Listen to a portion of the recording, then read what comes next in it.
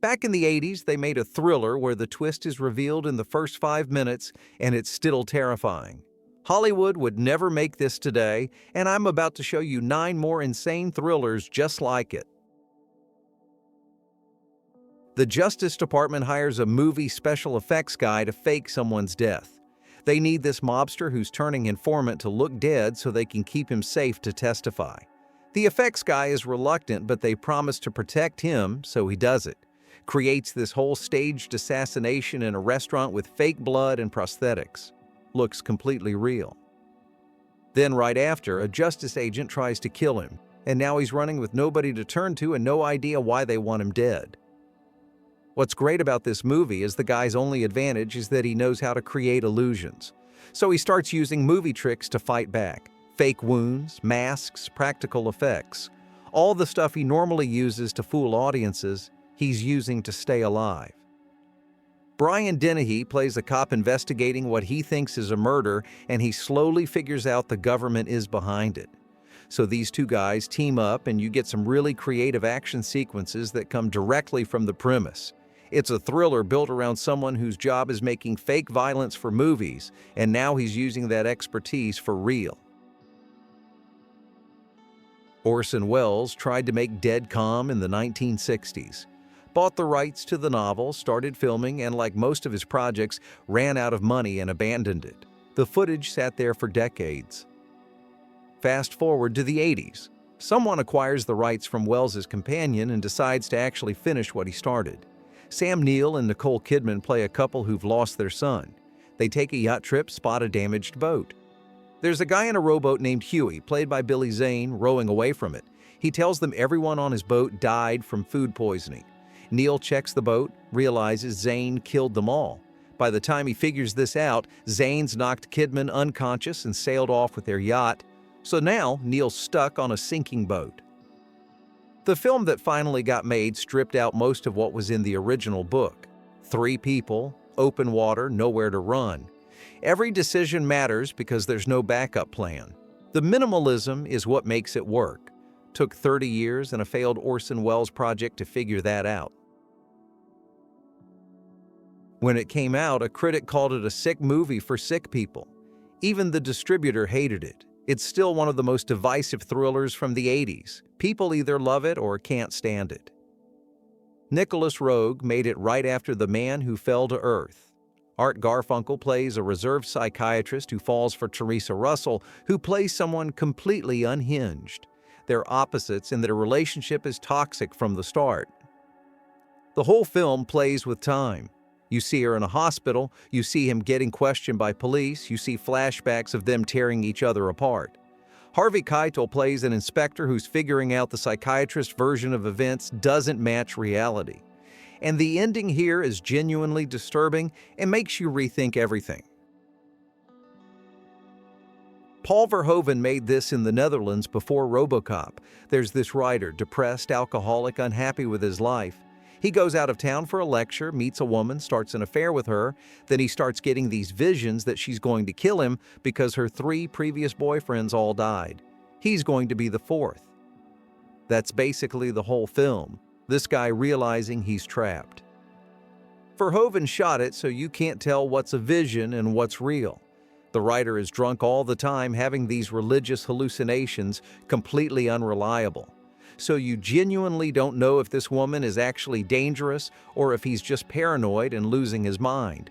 Basically, you spend the movie wondering if any of the danger is real or if it's all in this guy's head. This was David Mamet's first movie as a director. Mamet writes plays, and his dialogue is really sharp and precise. He brought that to this film. A psychiatrist gets conned by one of her patients. He's a con artist, and she becomes fascinated with how cons work.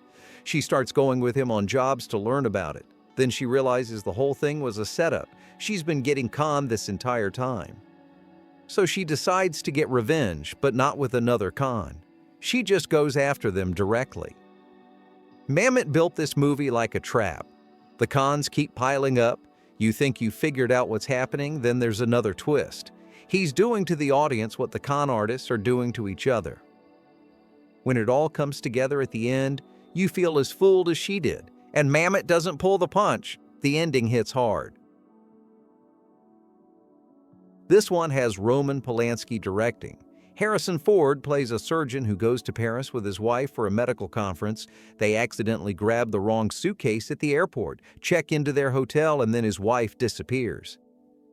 He goes to the embassy for help. They won't do anything. Goes to the police, same thing. So he starts looking for her himself.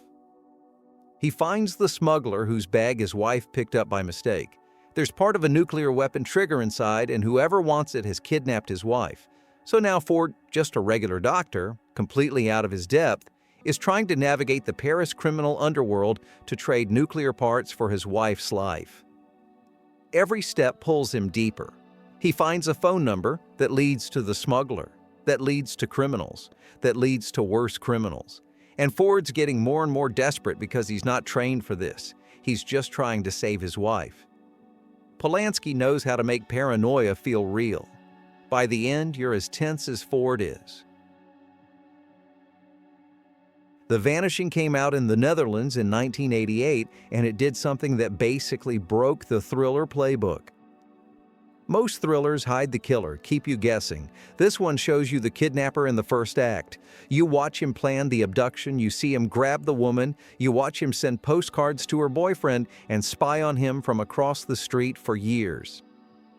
The whole film is watching this psychopath Raymond hold every card while the boyfriend walks straight into his trap. That's where the horror comes from. Not mystery, just watching someone who's clearly insane operate while you know the other guy has no chance. The ending is genuinely disturbing. Raymond tells the boyfriend he'll show him what happened to his girlfriend, and what he does is one of those things that sticks with you for days after watching it. Hollywood remade it in 1993 with Jeff Bridges and ruined it by adding a happy ending. The original Dutch version doesn't give you that out, it just ends badly and leaves you sitting there. James Woods plays a lawyer named Eddie Dodd who used to be the real deal. He took cases that mattered, fought the system, defended people who couldn't afford anyone else. But by the time the movie starts, he's done with all that. Now he just defends drug dealers because they pay in cash. Then a mother comes to Eddie with a case. Her son's in prison for a murder he didn't commit, and now they're trying him for another murder that happened inside. Something about it gets to Eddie. Those old instincts come back and he starts digging. What he finds is way bigger than just one murder case. There's a massive cover-up and it keeps going deeper the more he investigates. The movie throws surprise after surprise at you right up until the end. The whole thing moves fast for a courtroom drama. You're constantly guessing where it's headed, and Woods just owns every scene he's in. This one is a French thriller from 1982. There's this pimp named Didi and his girlfriend Nicole who's a prostitute, and they're barely getting by in Paris. Then the police need an informant on a local mob boss, so they raid Didi's place, find a gun, and tell him he's working for them now. So he gets in with the mob boss somehow and ends up involved in a heist. But the plan changes at the last minute and everything goes to hell. Now the cops and the mob are both coming after him. What's interesting about it is you actually get to know these people before everything falls apart. You see their lives, their small dreams, what they want. And yeah, Didi's a pimp and Nicole's a prostitute, but the movie takes time to show them as actual people. So when the plan blows up, and it's not even Didi's fault, you care about what happens to him. You're invested. And when things get worse, and they keep getting worse, you stay with it. Jeff Bridges gets arrested for murdering his wealthy wife. Evidence points to him.